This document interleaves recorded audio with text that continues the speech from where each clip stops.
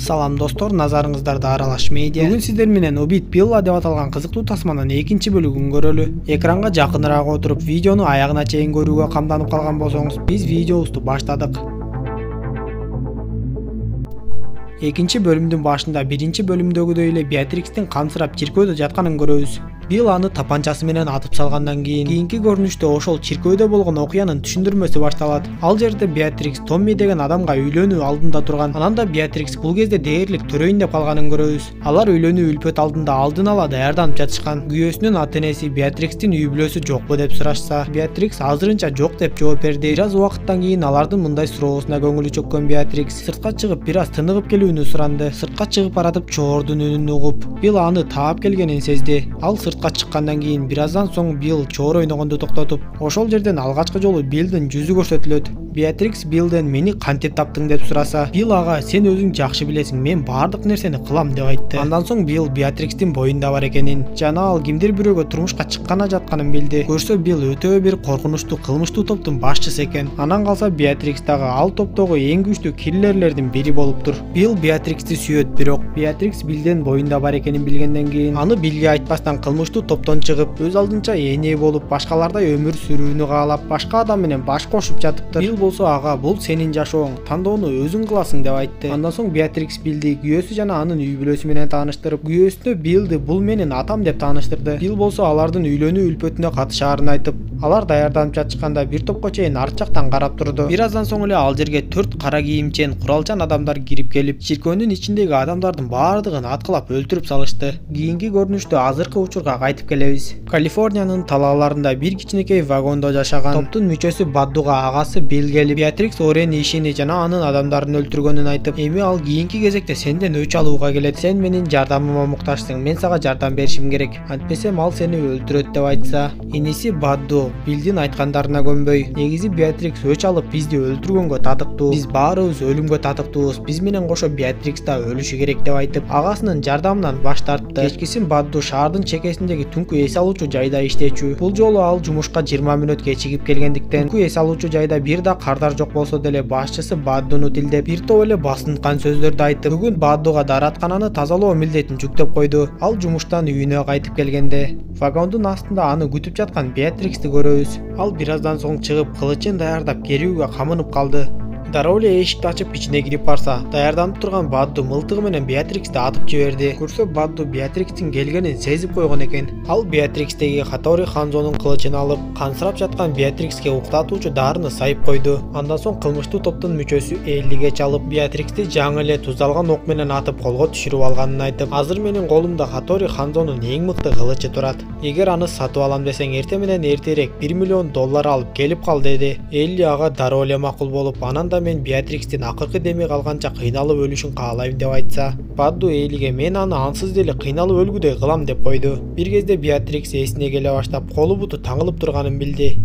Бадду аны бейитке алып келип, бир адамды жалдап эле Беатрикске көр каздырып жатыптыр. Терең кылып көрдү каздырып алгандан кийин Бадду ал адамды тартып алып, ал экөө Беатриксти көтөрөлү десе, Беатрикс туйлап каршылык көргөздү. Анда Бадду Беатрикске "Көзүңдү газ баллон менен ойдуруп салам" деп коркутуп, "Мен сени чырак менен кошо көмөм. Эгер каршылык көргөзсөң, көзүңдү сокур кылып, андан соң көмөм. Эми кайсынысын тандайсың" деп сураса, Беатрикс сүйлөбөстөн башы менен ыктап кол чыракты көргөздү. Андан соң Бадду Беатриксти үкөккө салып, үстүн жаап мыктап бекиткен соң, аны көрдүн түбүнө түшүрүп жиберип, үстүнөн көмө башташты. Беатрикс караңгылыкта үстүнөн түшүп жаткан тополордун дүбүртүн угуп ыйлап жатты. Бир топтон кийин мемиреген тынчтык башталып, эч нерсе угулбай калды. Беатрикс кыйналып жатып, эптеп кол чыракка жетип, аны жандырды. Дароо эле ары бери туйлап, үкөктүн капкагында чапкылап көрдү. Бирок эч кандай майнап чыкпагандыктан бир аздан соң кайрадан кол чыракты өчүрүп койду. Эми ал өткөн мезгилди эстей баштады. Ал жерде Билл Беатрикске чоор ойноп берип жаткан эле. Билл Беатриксти Пей Мэй аттуу согуш өнөрүн абдан мыкты билген адамга машыгууга алып бара жаткан. Бирок алар жолдо бир жерде түнөп калганга туура келип, Билл чоорун ойноп бүткөндөн кийин ошол Пей Мэй аттуу адам жөнүндө Беатрикске айта баштады. Ал адам баардык согуш өнөрлөрүн эң мыкты өздөштүргөнүн айтып, анын эң мыкты ыкмасы 5 манжалуу серпүү деп аталат. Ал болгону сенин денеңдеги 5 чекитке манжалары менен урат. Алгач сен эч нерсени деле сезбейсиң, бирок качан сен 5 кадам аттагандан кийин дароо жүрөгүң жарылып өлөсүң деп айтты. Анда Беатрикс ал ыкманы сага үйрөттү беле деп сураса, Билл Беатрикске ал адам бул ыкманы эч кимибизге үйрөткөн эмес деп айтты. Ошентип алар эртеси Пеймейдин храмына да жетишип, Билл жогоруга чыгып Пеймей менен сүйлөшүп, бирок бети башы канжалап келди. Ал Беатрикске өзүнүн буюмдарын берип, Пеймей сени окутууга макул болду. Бирок ал америкалыктарды өтө эле жаман көрөт. Сен анын баардык кыйноолоруна чыдап, анан да анын жинине тийбешиң керек. Эгер жинине тийсең, ал сени жөн эле майып кылып коюшу мүмкүн деп айтып, Беатрикске ийгилик каалап ал жерден кетип калды. Андан соң Беатрикс храмды көздөй чыгып жөнөп Пеймейдин алдына барды. Пеймей дароо эле Беатрикстен эмне жөндөмүң бар деп сурады. Анда Беатрикс ага мен кылыч менен мыкты согушам деп айтып, бирок Пеймейге бир да сокку өткөрө албай койду. Пеймей аны бир канча жолу сынап көргөндөн кийин сен эч нерсеге жөндөмсүз экенсиң деп айтып, андан соң ага жакын аралыктан жыгачты уруп сындырууну буйрду. Ошентип Пеймейдин татаал машыгуулары башталып, Беатрикс колу канчалык оорубасын күн сайын жыгачты сындырууга аракет кылып жатты. Канчалаган машыгуудан кийин Беатрикстин колдору такыр жарабай калып, таяк кармаганга алы келбей күрүштү колу менен жейин десе, Пеймей ага тыюу салып таяк менен же деп талап кылды. Ошентип 2 метр жер алдында жаткан Беатрикс кайрадан чырагын күйгүзүп, эң алгач бутун чечип, андан соң колдорун чечип алды. Эми Пеймейдин машыгуусу боюнча үкөктүн капкагын арт-артынан ургулай баштады. Бир нече соккудан кийин анын колу канай баштап, бирок ал ургулаганды уланта берди. Акыры көгөрүп атып, үкөктүн капкагын сындырып, жогорудан тополор ылдыйды көздөй куюлуп түшө баштады. Үкөктөн чыгып жогоруга топону жиреп жөнөдү. Бир кезде анын колу жер үстүнө чыгып, акыркы деби менен жер үстүнө чыкканда абадан кере-кере дем алды. Эртең менен Элли Баддуга кылычын алып кетүүгө бара жатат. Ал Баддуга бир үкөк толо акчасын алып келгенде, Беатрикс да жол жүрүп отуруп Баддунун вагонуна кайтып келди. Элли менен Бадду өткөн кеткендерди сүйлөшүп вагондун ичинде отурушат. Элли Хатори Ханзонун кылычын колуна алып, Бадду болсо ал алып келген үкөктөгү акчаларды санамакчы болду. Акчаларды алып жатса эле акчанын арасынан бир кара жылан чыгып, Баддунун бетинен дароо эле 2 жолу чагып алганга жетишти. Бадду кыйкырып үкөктү тоголотуп жиберип, дароо эле эсин жоготкондой болуп жыгылып жатып калды. Элли болсо анын маңдайына туруп алып, бул жылан кара мамба деп аталат деп айтып, ал дүйнөдөгү эң уулуу жыландардын бири экенин, ал чагып алгандан кийин эч кимдин тирүү калышы мүмкүн эмес деп, кара мамба жөнүндө маалыматтарды айтып жатты. Андан соң Элли чачылган акчаларды жыйнаштыра баштады. Ошол учурда ага Билл телефон чалып калып, Элли ага Бадду Беатриксти өлтүргөнүн кабарлап, бирок ошол эле учурда Бадду да көз жумуптур. Анткени Беатрикс анын бөлмөсүнө кара мамбаны кой берип жибериптир деп айтты. Акчанын баарын жыйнагандан кийин Элли сыртка чыгайын деп эшикти ачса, күтүлбөгөн жерден Беатрикс аны ыргыта тепти. Дароо эле экөө вагондун ичинде болуп көрбөгөндөй кармашып жатышты. Бир топ кармаштан кийин Беатрикстин көзүнө Баддунун кылычы урунуп, дароо эле аны ала калды. Көрсө Хатори Ханзо бир кездерде Баддуга да укмуштуудай кылыч жасап берген экен. Ошентип Беатрикс менен Элли кайрадан кылычтарын кармап беттешүү алдында турушту. Беатрикс Эллиден Пеймей эмне үчүн сенин бир көзүңдү жулуп алды эле деп сураса, Элли ага мен анткени аны жаман сөздөр менен сөгүп салгам деп айтты. Анан да ал мага канча нерсе үйрөтпөсүн, ал мага такыр эле жакшы эмес деп айтып, ошол үчүн мен анын тамагына уу кошуп берип, аны өлтүрүп салгам деп айтты. Беатрикс эми Пеймейди ким өлтүргөнүн билип, экөө кылычтары менен беттеше башташты. Ошол кезде Беатрикс Пеймейден үйрөнгөн ыкмасын колдонуп, шамдагайлык менен Эллинин экинчи көзүн жулуп алды. Эми Элли экинчи көзүнөн да ажырап, кыйкырыгы таш жарып бөлмөдө оонап жатты.